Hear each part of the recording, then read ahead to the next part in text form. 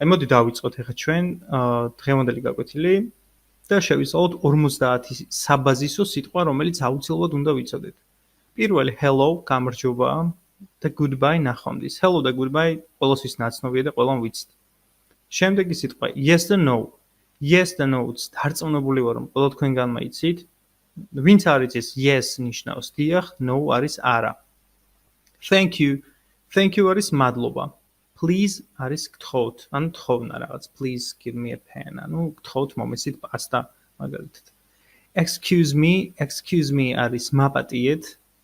The sorry არის ბოდიში. ანუ excuse me და sorry არის იდეაში. აი მოდი ამასაც გავამახვილოთ ყურადღება.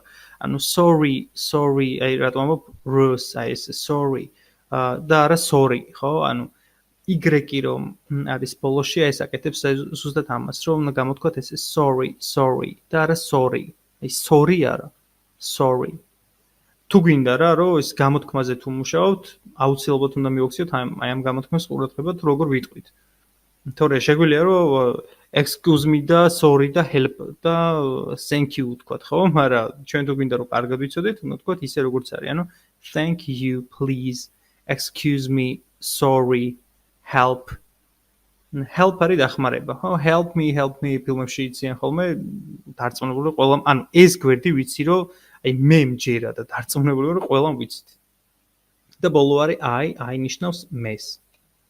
შემდეგ გვერდი ეს არის you, he, she, it. You არის შენ, he, she, it ითქმება და ნიშნავს ის ვიღაც, ანუ მაგალითად he არის ის კაცი, she არის ის ქალი და it is my house. ეს არის ჩემი სახლი, it's my car, ეს არის ჩემი მანქანა.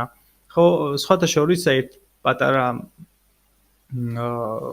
რაღაც მინდა რომ აღვნიშნო, ძალიან ხშირად გამიგია ცნობილი, აი მართლა თითქმის ყველა ინგლისურენოვანი ქვეყანა რომ მოვლილი აქვს ისეთი ფილოლოგებისგან, რომ თურმე ადრე ბრიტანეთშიც, ამერიკაშიც ძაღლებს ეხმარობდნენ ამ სიტყვა eats და it is dog, it's a dog.